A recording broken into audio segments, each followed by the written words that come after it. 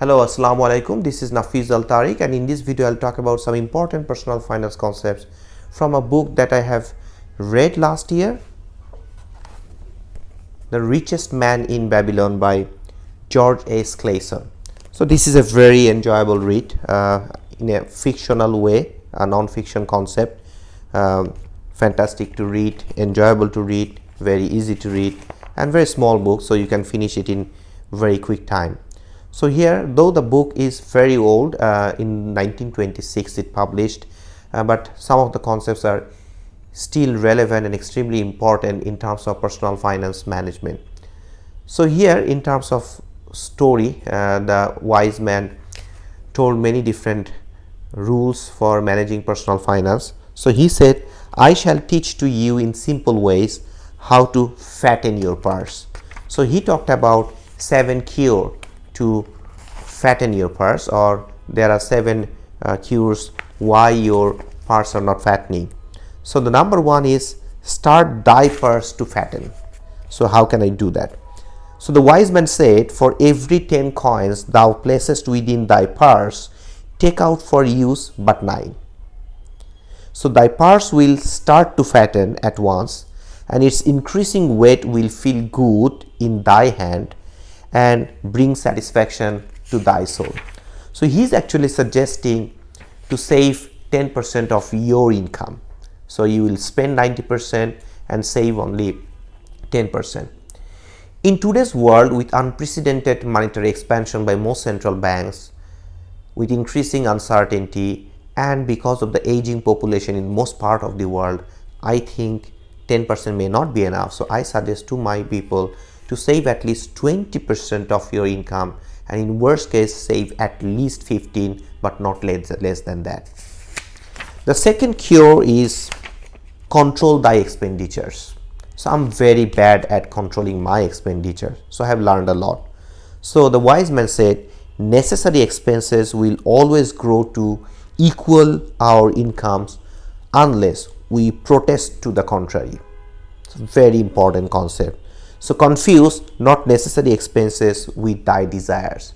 So what happens often, we think our desirable expenses, which are actually discretionary expenses, we are habitually becoming used to it, and as a result we think those expenses are necessary and we cannot save enough as a result of that.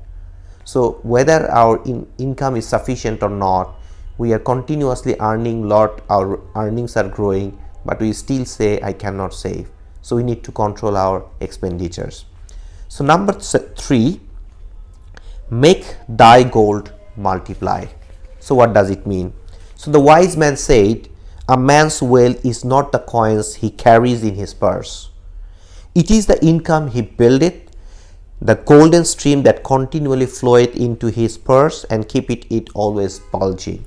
So what he is suggesting is not just save, invest your savings, compound your money, so that every year you save, or every month you save 10%, and that investment put into that saving put into an investment, and that investment will continue to grow and compound. So that will help you to grow your wealth. Number 4, guard thy treasures from loss.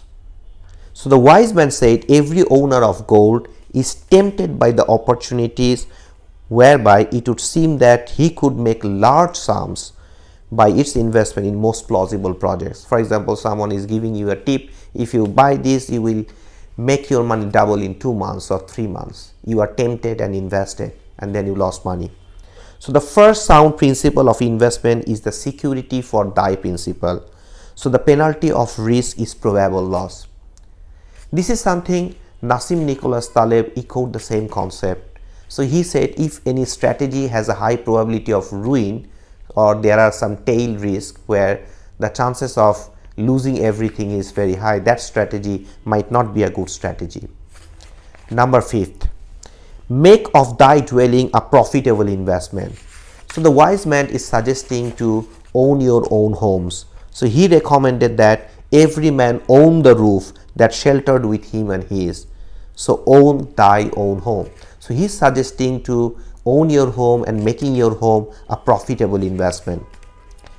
The sixth cure, ensure a future income. So he is suggesting the man who, because of his understanding of the laws of wealth, acquire a growing surplus should give thought to those future days. So he should plan certain investments or provisions that may endure safety for many years, yet will be available when the time arrives. So which he has so wisely anticipated. So we need to project our expenses, and according to that projection we will put our investment in a way so that our investment can help us to fulfill those expenditures. This is the modern day of goal based investment. If I have a child and I know in future he or she needs a certain amount for his or her education, so I can save certain amount so that I can ensure my future expenses. Number 7, increase the ability to earn. So the wise man said, to cultivate thy own powers, to study and become wiser, to become more skillful, to so act as to respect thyself. So this is a very important concept, and many personal finance advisors don't suggest this, they overlook it.